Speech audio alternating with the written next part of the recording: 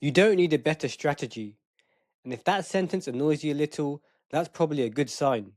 Because most people watching this are already thinking, no, I definitely need a better strategy. I've tried things, I've put in effort, it just hasn't worked out yet. And that belief makes sense. When things don't work, the obvious conclusion is that the strategy was wrong. But here's what I want you to consider. What if the reason nothing has worked has nothing to do with the strategies themselves? What if the real problem isn't which strategy you picked, but that you picked one before doing the one thing that makes strategies work? Because I see the same pattern over and over again. People don't fail because the strategies are bad. They fail because they apply the strategies from a chaotic starting point. And no strategy works when it's built on top of confusion. What a chaotic starting point actually looks like. A chaotic starting point doesn't look like laziness. It usually looks like effort, just scattered effort. Half-built systems, multiple ideas open at once, different approaches mixed together. No single action you repeat daily. No clear signal telling you whether something's working or not. You're busy but nothing is anchored. There's no stable reference point.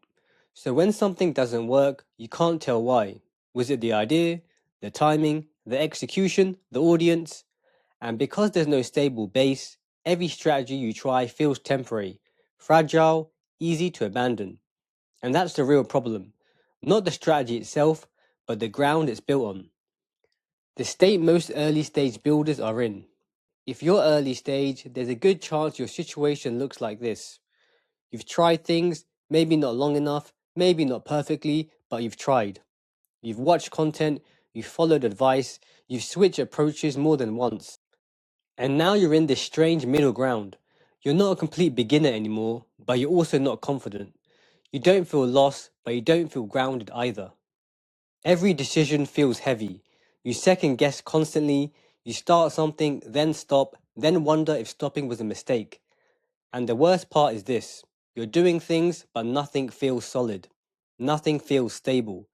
Nothing feels like, okay, this is it. This is the direction. So you assume the answer must be a better strategy, a smarter framework, a clearer method, a more proven approach. But that's not what you're missing. The mistake hidden inside picking a strategy. Here's the mistake almost nobody talks about. You're trying to pick a strategy before you've created the conditions that allow a strategy to work.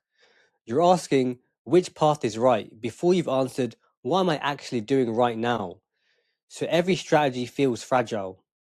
Every choice feels risky. Not because the strategy is wrong, but because there's nothing underneath it yet. Why strategy fails without the right environment? Strategy is leverage, and leverage only works when there's nothing solid to amplify. Trying to solve early stage confusion with strategy is like turning a race car that isn't moving yet.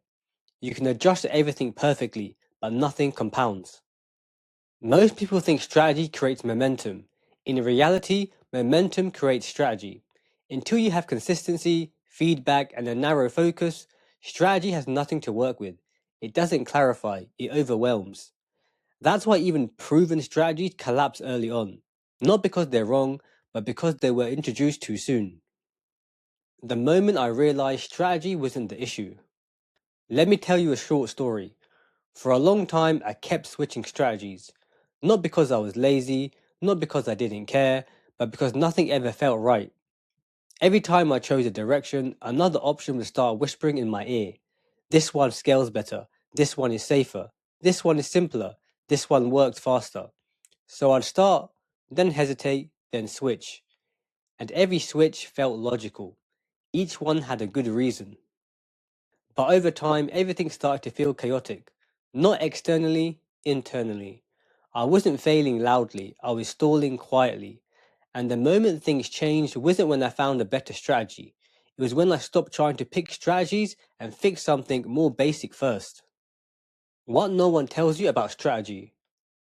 Here's what most people never explain. Strategies don't create momentum. Momentum creates strategy. A strategy doesn't give you clarity. Clarity emerges after you start moving in a consistent direction.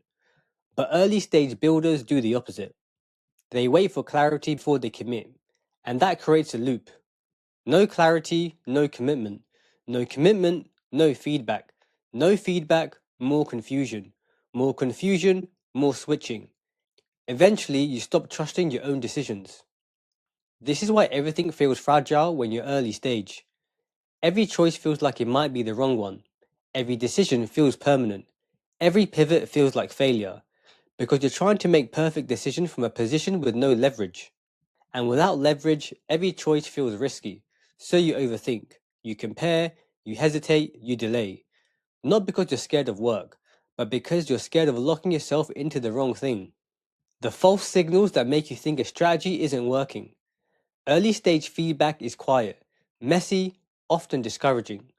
Low response rates, silence, awkward conversations, offers that don't land cleanly the first time. None of this means the strategy is broken, it means you're early on. But without action bias, these signals get misread. Silence feels like failure, confusion feels like a sign to pivot, discomfort feels like danger. So instead of refining, people restart, and restarting resets everything back to zero.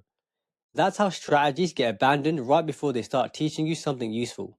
The thing you must do before you pick a strategy. Here it is. Before you pick a strategy, you need clarity and action bias. Not tactics, not tools. Two prerequisites. If you skip these, every strategy feels heavy and collapses under pressure. What I mean by clarity and what I don't. When I say clarity, I don't mean knowing everything. I don't mean certainty. I don't mean confidence. I mean something much simpler. Clarity is knowing what am I trying to do right now? Not forever, not 5 years from now, right now. One outcome, one direction, one focus you're willing to protect. Most people don't lack motivation. They lack a narrow focus they refuse to renegotiate every day. So they juggle ideas, they mix approaches, they half commit to everything, and nothing compounds. Why action bias comes before strategy? The second prerequisite is action bias. Action bias means this: when something is unclear, you default to action, not more thinking. Early stage builders do the opposite. They default to analysis. They think more thinking will reduce risk, but thinking doesn't reduce risk. Movement does, because movement creates information, and information creates confidence, not the other way around. They think more thinking will reduce risk, but thinking doesn't reduce risk. Movement does, because movement creates information, and information creates confidence, not the other way around. What action bias is not? Action bias doesn't mean rushing. It doesn't mean doing everything. And it definitely doesn't mean blind hustle. It means choosing one action that touches reality and repeating it long enough to learn. One offer, one message, one channel, one outcome. Action bias is restraint, not chaos. It's deciding in advance that when things feel unclear, you move forward, not sideways. Because sideways movement feels safe, but it doesn't create signal. What strategy feels like before you do this? Before clarity and action bias, strategy feels like pressure. Every video adds weight. Every opinion creates doubt. Every new idea feels like a threat. You're not building momentum, you're managing anxiety. That's why everything feels chaotic. Not because you're incapable, but because you're trying to make strategic decisions without a stable base. What strategy feels like after you do this? After clarity and action bias, strategy feels completely different. Ideas don't threaten you anymore. Advice becomes optional, not urgent. You stop asking, is this the best strategy? And start asking, does this help this goal? That's when things finally calm down. Not when you find the perfect plan, but when you stop letting every new idea knock you off course. The checklist to run before any strategy. Before you commit to a strategy, ask yourself this. 1. Do I know the one outcome I'm aiming for right now? If not, every day becomes renegotiation. 2. Am I willing to stay with this long enough to get real feedback? If not, I'll confuse discomfort with failure. 3. When things feel unclear, will I default to action or research? If research wins, momentum dies quietly. 4. If this doesn't work immediately, will I refine or emotionally restart? If I restart, nothing compounds. If you can't answer these honestly, strategy isn't the problem yet. Why switching strategies feels productive but isn't. Switching strategies feels productive but it creates relief. You escape discomfort, You tell yourself maybe this wasn't the right approach anyway. But relief is not progress. Relief resets you to zero, and each reset makes it harder to commit next time. That's why people say, I've tried everything, when in reality, they've tried starting many things, not staying with one. The quiet difference between people who stall and people who move. Here's the contrast I see constantly. One person switches every few weeks, new idea, new plan, new setup, always starting, never staying. Another person looks slower. They pick one direction, repeat one action, refine instead of restarting. From the outside, the first person looks more active, but nothing compounds.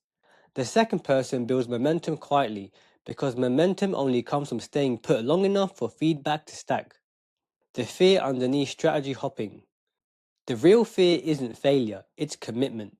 Commitment means you might find out you're wrong, so you keep switching. But avoiding commitment guarantees one outcome: no momentum. What to do instead of picking the right strategy? If you're overwhelmed right now, do this instead. Pick one direction, not because it's perfect, but because you're willing to stay with it long enough to learn. Define one outcome. Decide how you'll act when things feel uncertain, and ignore everything else. That's what you do before strategy. Why this changes everything. Once you do this, strategy stops being the bottleneck. Execution order becomes the focus. You stop asking, is this the best move? And start asking, did I show up today? That question is answerable, and that's powerful. Why this feels harder than it should. This isn't hard because business is complicated. It's hard because uncertainty is uncomfortable. Uncertainty makes decisions feel heavy. It makes commitment feel dangerous. It makes every choice feel permanent. So people try to think their way out of discomfort. But thinking doesn't remove uncertainty. It just delays contact with it. And the longer you delay, the heavier everything feels. If this resonated with you, you have two options. You can watch the next related video where I go deeper on execution. Or, if you want to apply this with other people who are early stage and done with chaos, you can join Lead Incubator. It's completely free. No noise, no hype. Just clarity, action bias, and momentum. And remember this, you don't need a better strategy. You need to do this before you pick one. Create clarity, choose action over analysis. Fix that, and strategies stop feeling overwhelming. They start working for you, not against you. I'll see you in the next one.